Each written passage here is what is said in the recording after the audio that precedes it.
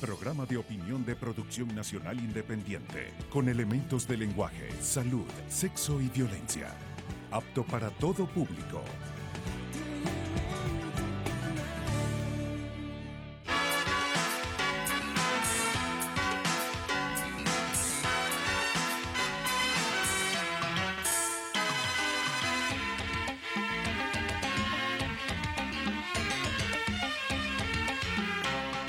Amigas y amigos, Venezuela no está sola. La sensación que tienen algunos compatriotas de que el país está aislado, desasistido de solidaridad en el exterior, es explicable por la brutal campaña mediática que la derecha, la oligarquía y los grupos económicos que controlan los medios realizan a diario. Se trata de una campaña sin precedentes en América Latina, salvo en los casos de la Guatemala del presidente Jacobo Arbenz y del Chile de Salvador Allende. En ambos casos la campaña desfiguró los procesos que se cumplían en esas naciones. Los criminalizó e inventó todo tipo de infamias, con lo cual poderosos intereses transnacionales desataron a lo interno de esos dos países terribles procesos inflacionarios, escasez de los productos de primera necesidad y estimularon la desestabilización que fatalmente condujo a cruentos golpes militares. Con Venezuela actualmente se hace lo mismo. Se inventan las situaciones más absurdas, se desconocen resultados electorales impecables, se califica al país de dictadura y se inventan truculentas versiones sobre la violación de los derechos humanos. Apuntalado en esta campaña, el gobierno de los Estados Unidos aprueba sanciones insólitas que impiden a Venezuela manejarse soberanamente en el campo económico y financiero. Sanciones extremas que estimulan la crisis económica e influyen de manera terminante en la migración de sectores de la población que sirve para satanizar aún más la situación del país. La campaña cuenta con poderosos recursos y está montada sobre un diseño hábilmente elaborado que desestabiliza emocionalmente a la ciudadanía, que siembra en ella la desesperanza y esparce sobre el país una espesa capa de pesimismo. Ese pesimismo determina la sensación de que Venezuela está aislada y cercada en el mundo, lo cual es incierto. A medida que avanza la agresión, se despeja el horizonte. Naciones desarrolladas, verdaderas potencias industriales, agrícolas, financieras, expresan su solidaridad a Venezuela, como es el caso de China, Rusia, la India y otros tantos. Solo el imperio norteamericano y sus incondicionales, como son las naciones de la Unión Europea y los cipayos de Latinoamérica, se aferran a la embestida contra Venezuela, mientras que ésta reacciona con dignidad, con coraje e inteligencia. Por consiguiente, no hay razón alguna para mostrar pesimismo y para sucumbir ante la percepción de que en el mundo Venezuela está sola y aislada. Todo lo contrario, el bloque que se conformó para lograr semejante propósito se resquebraja a diario. Pausa y al regresar converso con el internacionalista y miembro de la Asamblea Nacional Constituyente, Roy Daza.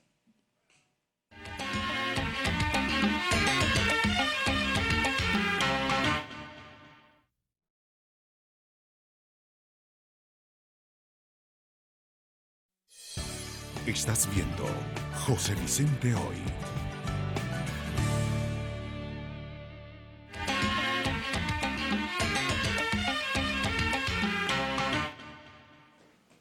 Mi invitado de hoy, Roy Daza, internacionalista, integrante de la Comisión de Relaciones Exteriores del Partido Socialista de Venezuela y columnista en varios diarios del país.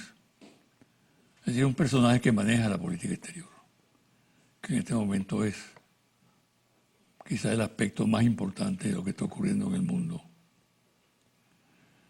Bienvenido, Roy. Muchísimas gracias. Un honor para mí estar aquí otra vez contigo. Muchas gracias. Mira, bueno, tenemos que hablar necesariamente, comenzar esta entrevista hablando del presidente Maduro, que se ha convertido en una figura no solamente nacional, como líder del chavismo y del gobierno, sino también un líder internacional. con escaso tiempo, tuvo nada más y nada menos que una visita de Estado a China, una nación de la importancia de China, y posteriormente el viaje a la ONU en Estados Unidos, en Nueva York, donde está la sede de la ONU, y pronunció un discurso calificado como extraordinario en los medios de comunicación y en los sectores políticos. ¿Te parece bien que comencemos por Maduro en la política internacional? Sí, sí. Pero primero que todo hay que decir que el presidente Maduro en las Naciones Unidas trajo el problema de los conflictos y de las controversias que hoy existen en el continente, en el mundo, al terreno de la política. Yo creo que el contenido esencial del discurso del presidente Maduro en la 73 Asamblea de las Naciones Unidas fue una victoria política en toda la línea. Es decir, es un discurso sin desperdicio. ¿Por qué? Porque ese es un discurso que además volver a la política y un volver también al camino de las soluciones. Mucha gente habla de la situación de Venezuela, de la situación mundial, de la guerra comercial, pero pocas personas colocan los puntos sobre la salida a los conflictos políticos. Creo que el presidente Maduro hizo un esfuerzo muy grande y alcanzó una propuesta política de mucho nivel, sobre todo cuando se contrasta con la intervención que ya había hecho el presidente de los Estados Unidos, Donald Trump. Es decir, ahí se expresaron en estas sesiones de la Asamblea General de las Naciones Unidas dos concepciones, dos posiciones políticas y también dos salidas de tipo político. Una intervencionista, una injerencista, una agresiva, una que asoma incluso la agresión militar o la expone de manera directa, y otro llamando al diálogo, llamando al encuentro, llamando a la política. Y yo resaltaría, por encima de todo, la definición que desde el punto de vista teórico-político hizo el presidente Maduro. El contraste entre la invocación a Monroe, a la doctrina Monroe, la doctrina del imperialismo norteamericano, y la invocación a nuestro libertador Simón Bolívar. Yo creo que ahí se resume desde el punto de vista teórico un tema muy importante para lo que es la vida actual del mundo, ¿no? La otra participación protagónica en política exterior del presidente Maduro fue la visita a China. ¿Qué opinión te merece? Yo creo que la visita tuvo tres aspectos, ¿no? No fue una visita que digamos, siguió la formalidad de las visitas de Estado a Estado, es decir, firmas convenios, estableces relaciones, abres un conjunto de convenimientos, poco algo que pasa en casi todas las visitas, y sobre todo con un país tan importante como la República Popular China. Yo creo que lo significativo fue precisamente la entrevista del presidente Maduro con el presidente Xi Jinping, y que el presidente chino haya dicho: estas relaciones pasan ahora a un nuevo y mayor nivel. Eso tiene una implicación política de mucho peso. Pero además de eso, hay que decir lo siguiente. Es decir, es la demostración que el presidente Chávez y el presidente Maduro le abrieron a Venezuela al mundo. Esa argumentación que dice que no, que Venezuela está cerrada. No, Venezuela ahora es que está abierta. Antes Venezuela tenía una relación casi exclusivamente con Washington, con Colombia por razones comerciales naturales y con España. De resto no tenía relaciones importantes desde el punto de vista político. Hoy Venezuela está en la dinámica internacional como un actor principalísimo, no solo en la relación con China, que ya de por sí es muy importante, sino también como país petrolero en la OPEP. Pero está también en la mira de enemigos poderosos. ¿Qué representa esa situación en que está colocado el país? En este momento hay una política dirigida por el presidente Donald Trump de los Estados Unidos a preparar las condiciones políticas para una intervención militar violenta sobre nuestro país. Cuando en 3 oportunidades ya el propio presidente Trump ha dicho que dentro de las opciones está la militar, eso representa una amenaza y representa un peligro para nuestro país y representa un peligro para toda América Latina. Creo que precisamente el esfuerzo que hace hoy el presidente Maduro de encontrar canales diplomáticos, encontrar los canales de la política para encarar los problemas y las controversias, tiene una gran significación. Cuando el presidente Maduro le dice en el escenario de las Naciones Unidas al presidente Trump, a pesar de las diferencias que tenemos, ideológicas, políticas, históricas, a pesar de esas diferencias, yo estoy dispuesto a conversar con usted, estoy dispuesto a hablar sobre los temas binacionales y mundiales. Eso lo hace un estadista, eso lo hace un político que sabe de qué está hablando. Sin duda que es desagradable estar en el centro de una confrontación. Venezuela está en el centro de una confrontación. ¿Qué recursos tiene que manejar el Estado venezolano para salir airoso en esta circunstancia? Bueno, el primero es la salida política. Es decir, el primero es precisamente colocar en el terreno, la controversia en el terreno de la política, que es donde nosotros podemos actuar con dinamismo, con iniciativa, con un nivel incluso de ofensiva desde el punto de vista político. Porque es la única posibilidad que nosotros podamos también orquestar un conjunto de alianzas internacionales que imposibiliten que los planes de los sectores de la ultraderecha norteamericana e internacional acosen al país.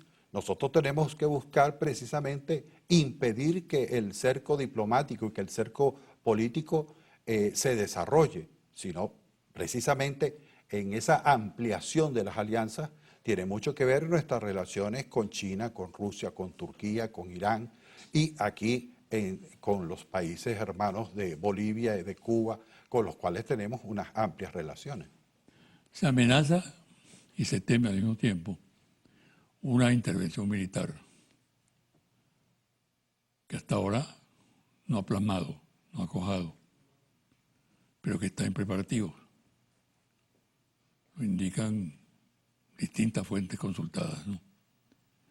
Pero al mismo tiempo nosotros estamos siendo víctimas en este momento de la llamada guerra económica, que es extrema. Hay un escalamiento en el bloqueo de Venezuela prácticamente. Creo que estamos casi en las condiciones o en la situación de Cuba, país también severamente bloqueado en el exterior, en el sector financiero, económico, comercial. ¿Qué piensas tú de eso? Creo que el instrumento que lo empezó Obama en el último año de su gobierno y lo dijo expresamente en un decreto presidencial Trump el año pasado. Es decir, el bloqueo un hombre tan inteligente e indudablemente, vamos a decir que del campo progresista, entre comillas, como Obama, ¿por qué incurrió en ese acto? Yo creo que Obama en ese momento en que toma una decisión tan difícil, primero la decisión aquella de declarar a Venezuela como una amenaza inusual y extraordinaria, algo que si no fuera tan serio realmente es casi risible, ¿no? Es decir, que Venezuela, un país pequeño, bueno, vaya a estar amenazando a la principal potencia militar del mundo, por favor.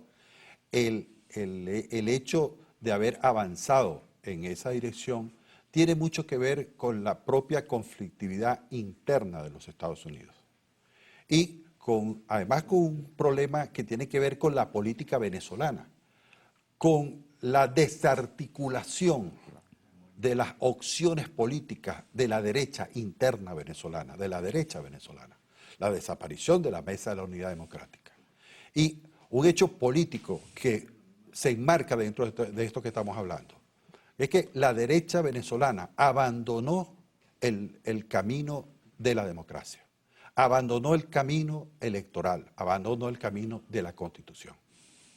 Eso es por lo menos una parte de la derecha está en esa posición y eso es una definición política que hay que tomar en cuenta.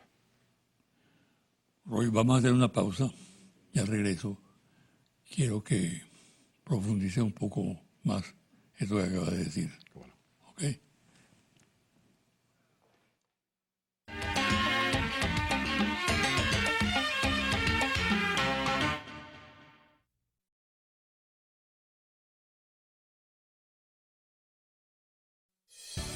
Estás viendo José Vicente Hoy.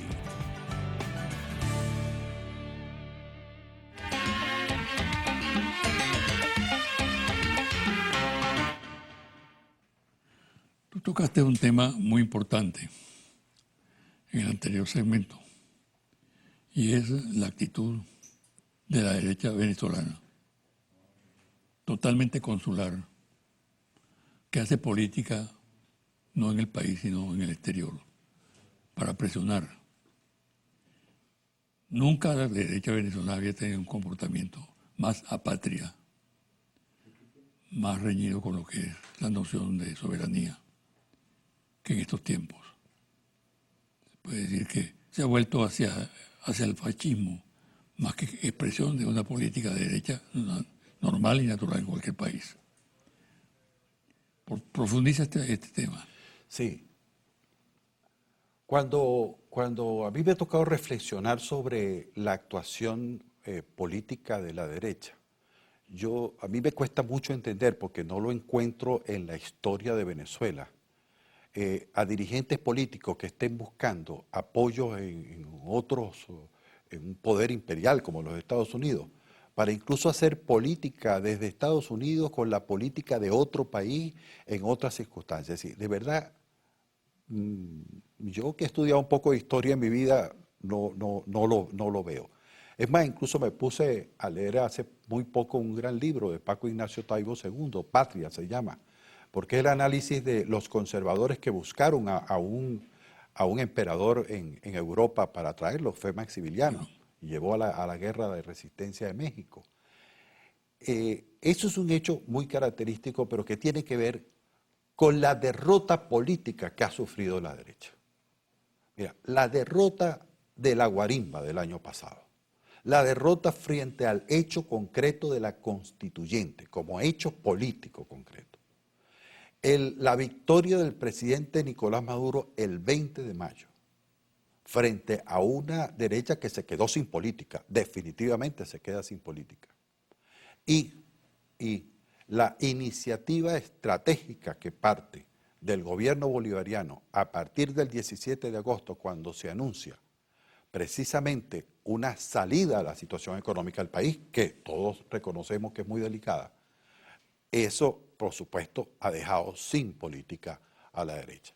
Es más, incluso en estos últimos días, después de la intervención el pasado miércoles del presidente Maduro, es decir, uno ve cómo ni siquiera lograron reaccionar, los opinadores aquí de la derecha, ni siquiera lograron reaccionar con una idea más allá de un insulto, más allá de la agresión, con una idea política sobre la situación.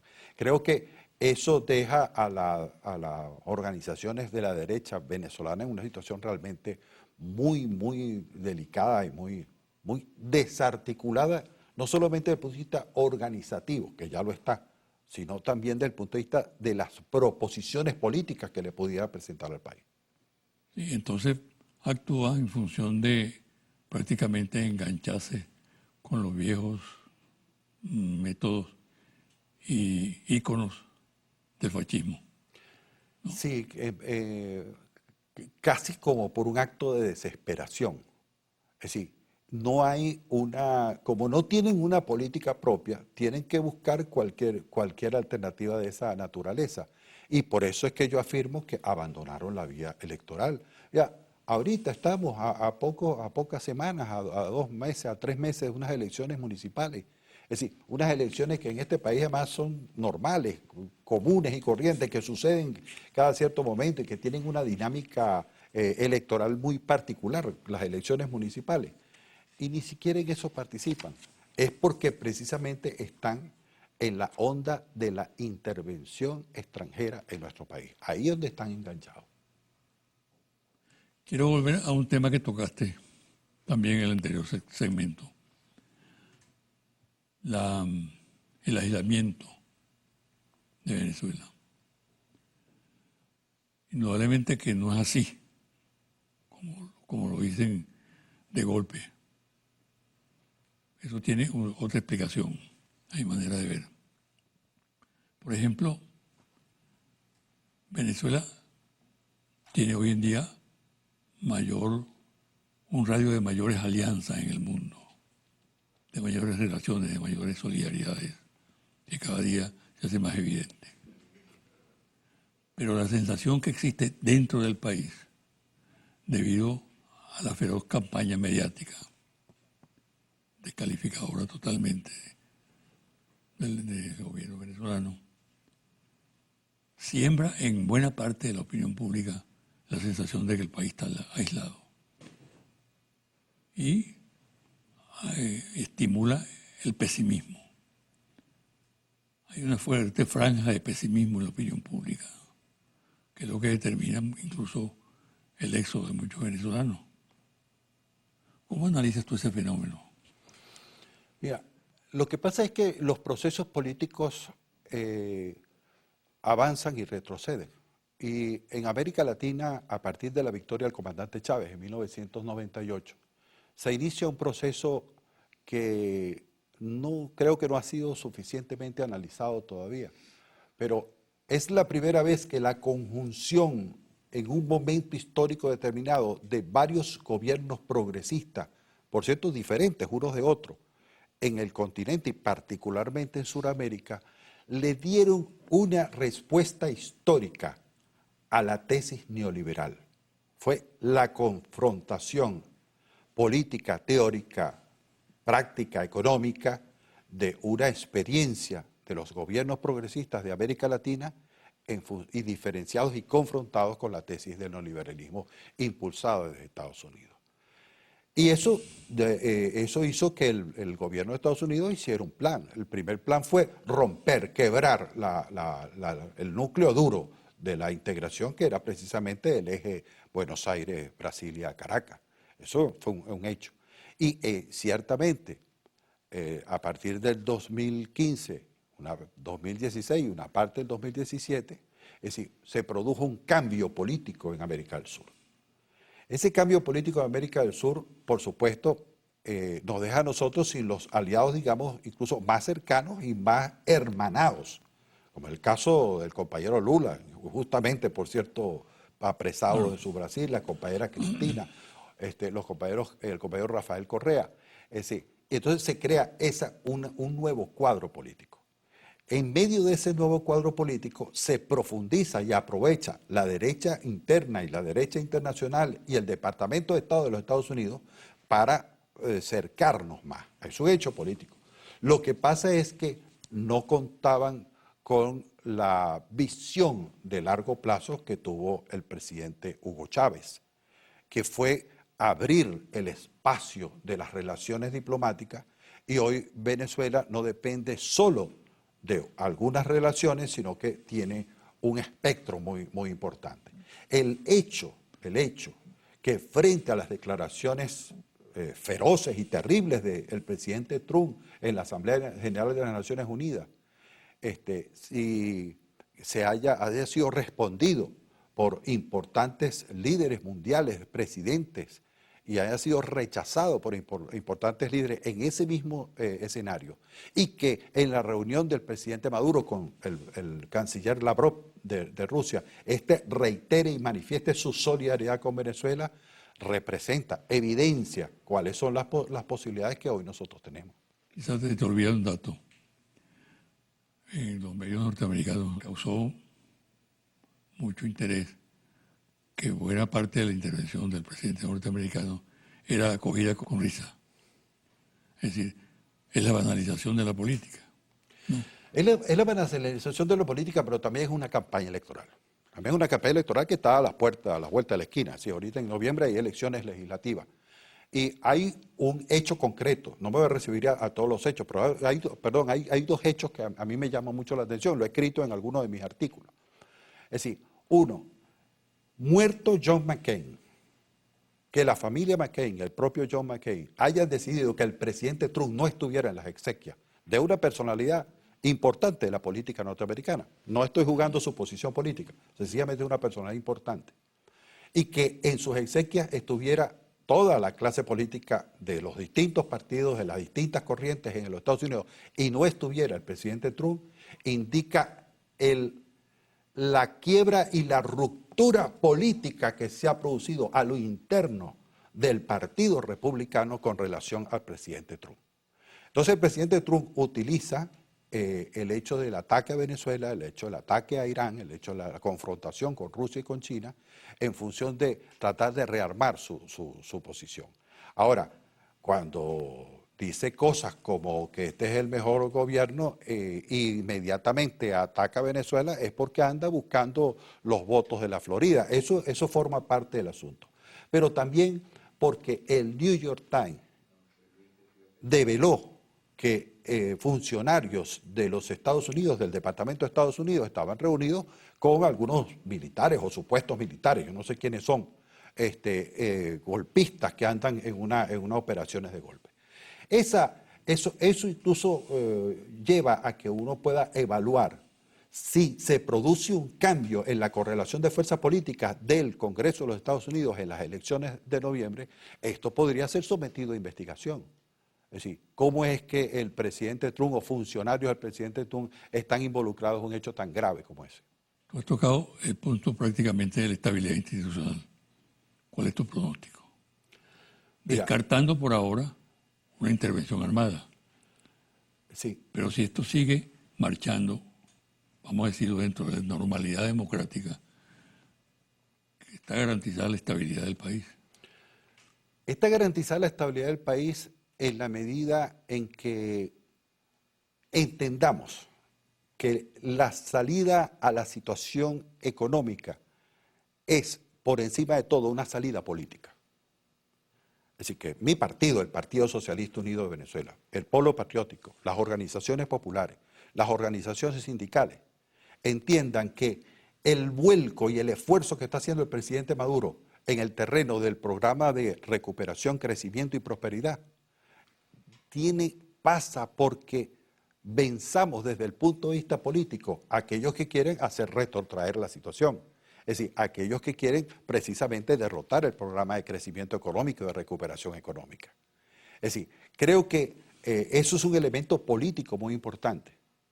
Y el hecho de que el presidente Maduro le haya dicho al presidente Duque de Colombia, estoy dispuesto a que discutamos los problemas y además plantee, en la práctica puso una agenda sobre una mesa de conversaciones que pudiera haber, es decir, implica la capacidad que hoy tiene el gobierno bolivariano no solo de entrar en una situación de defensa de la nación, sino de entrar en una situación de tener la iniciativa política. Hoy nosotros tenemos, en medio de una situación muy compleja y en medio de una situación realmente muy delicada en el campo internacional, hoy, sin embargo, tenemos nosotros la iniciativa política. Nosotros los bolivarianos tenemos la iniciativa política. En esta situación, Maduro ha planteado nuevamente el diálogo. El diálogo lo está haciendo en el exterior, con mucho dinamismo. Y el diálogo, que ha sido pateado por la oposición en forma desesperada, porque no entiende que una opción para ella, para la oposición, es entrar en el diálogo, porque fuera del diálogo lo que queda es la violencia, y en el terreno de la violencia ha sido derrotada sistemáticamente la oposición. Entonces, ¿qué piensas tú de la oportunidad para el diálogo en este momento? ¿Tiene interlocutores el presidente en el interior del país? Yo la veo lejana, de verdad. No, en eso no soy lo optimista que suelo ser desde el punto de vista político. No. La veo lejana porque estamos frente a una oposición que al carecer de política no tiene nada que ir a plantear en una mesa de diálogo. No tiene proposición, porque ¿qué es lo que va a discutir? Lo que tendríamos que discutir son los grandes problemas nacionales. ¿Cuáles son las opiniones de los importantes dirigentes de este país que se identifican con la oposición sobre los problemas nacionales? Realmente dicen cosas, uno que otro dice algo. Hay un sector de la oposición, que está participando en las elecciones, que insiste en lo del diálogo, y por cierto, hay que tomar en cuenta una cosa que es muy importante, que se distanciaron de la agresión de Almagro, de Luis Almagro, del secretario general de la OEA. Y eso es significativo, no se puede, dejar de valorar con suficiente flexibilidad que hay un sector de la oposición que anda en la vía del diálogo. Y eso hay que estimularlo y protegerlo. Pero en general, con esa oposición que se fue de la vía electoral, que se fue de la vía constitucional, que se fue de la vía pacífica, no pareciera en este momento que haya posibilidades de diálogo.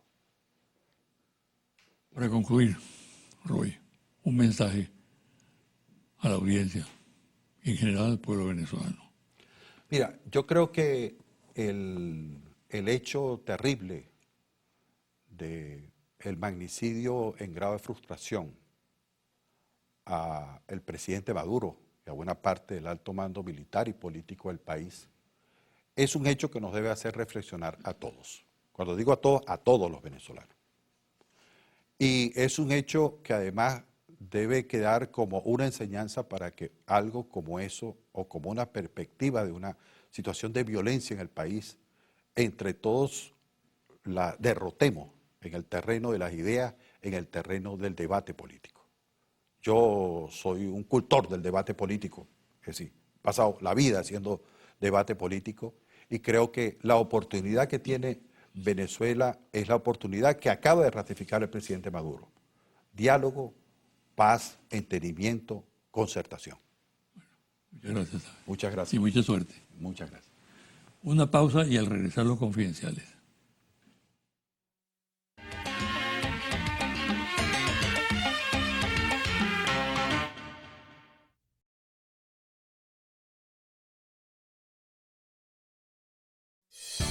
Estás viendo José Vicente Hoy.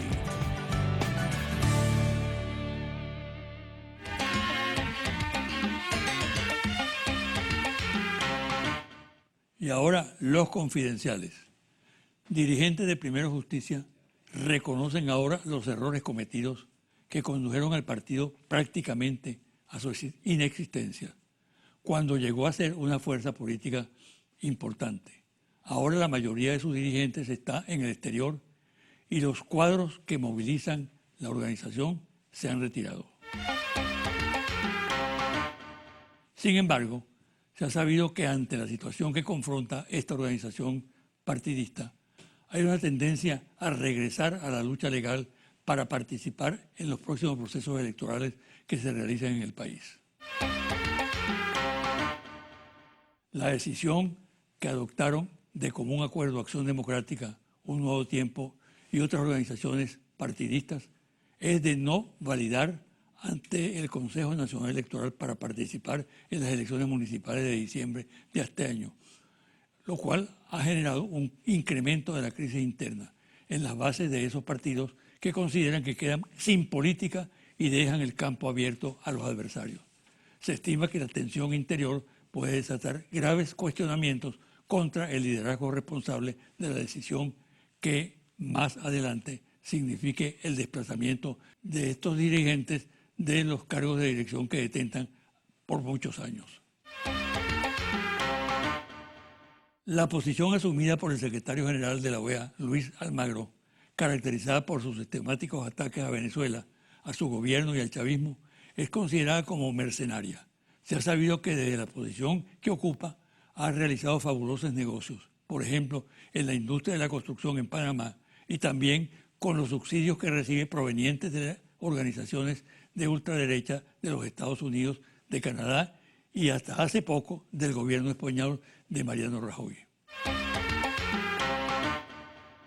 Al mismo tiempo se señala que Luis Almagro es utilizado como vocero principal por el corrupto senador norteamericano Marco Rubio, contra el cual avanza el sometimiento a un proceso judicial por hallarse involucrado en graves delitos de lavado de dinero y conexiones con el narcotráfico. El inefable Grupo Lima, del cual forma parte una serie de países latinoamericanos que mantienen una posición hostil a Venezuela, tuvo que reaccionar contra la absurda declaración de Luis Almagro en Cúcuta recomendando la intervención militar en Venezuela. El repudio a Almagro y la posición adoptada por el Grupo Lima, cuestionándolo abiertamente, es interpretada por analistas políticos como el comienzo de una ruptura del frente que se ha formado en el exterior contra Venezuela. El representante de una empresa multinacional de servicios petroleros en países latinoamericanos, entre otros Venezuela, al regreso de Colombia, comentó el creciente disgusto del uribismo con el presidente Duque por los nombramientos de ministros de su propio entorno y el rechazo a compartir información de inteligencia política con el expresidente. La inteligencia política tiene que ver con el expresidente Juan Manuel Santos y algunos negocios realizados por este. Un alto funcionario del Departamento de Estado de los Estados Unidos es partidario de proponer un canal diplomático con Venezuela. La propuesta se interpreta como una iniciativa de un sector del Partido Republicano, mientras que la actitud de la Casa Blanca es muy dura, prácticamente de rechazo. Por cierto, una propuesta para reformular la relación de los dos países, Estados Unidos y Venezuela, contiene 10 puntos a los que Venezuela, si quiere, agregaría otros tantos. El presidente colombiano Iván Duque está tomando distancia a cámara lenta de su tutor, el expresidente Álvaro Uribe. Es decir, que se repite la historia de lo que sucedió a Uribe con Juan Manuel Santos, quien poco tiempo después de instalado en la Casa de Nariño se volvió contra su jefe. Confidencial al cierre, Interlaces. Ficha técnica, 1.580 entrevistas directas en hogares de todo el país del 26 de agosto al 7 de septiembre 2018. Resultados. Le voy a mencionar una lista de dirigentes de la oposición venezolana y usted me dirá primero si lo conoce o no lo conoce. Y si lo conoce, me dirá si tiene opinión favorable o desfavorable acerca de esa persona. Julio Borges, no lo conozco, 1%. Desfavorable, 83%. Favorable, 15%. No tengo opinión, no sabe, no contesta, 1%. Henry Ramos Ayud, no lo conozco, 1%. Desfavorable, 77%. Favorable, 19%. No tengo opinión, no sabe, no contesta, 3%. Enrique Capriles Radosky, no lo conozco, 1%. 76% desfavorable. Favorable, 20%. No tengo opinión, no sabe, no contesta, 3%. Henry Falcón, no lo conozco, 1%. Desfavorable, 73%. Favorable, 22%. No tengo opinión, no sabe, no contesta, 4%. Leopoldo López, no lo conozco, 1%. 65% desfavorable. Favorable, 32%. No tengo opinión, no sabe, no contesta, 2%. María Corina Machado, 1% no lo conozco. 64% desfavorable. 30% favorable. 5% no tengo opinión, no sabe, no contesta. Hasta aquí el programa de hoy. Me despido hasta el próximo domingo a las 9 de la mañana por este su canal Televen.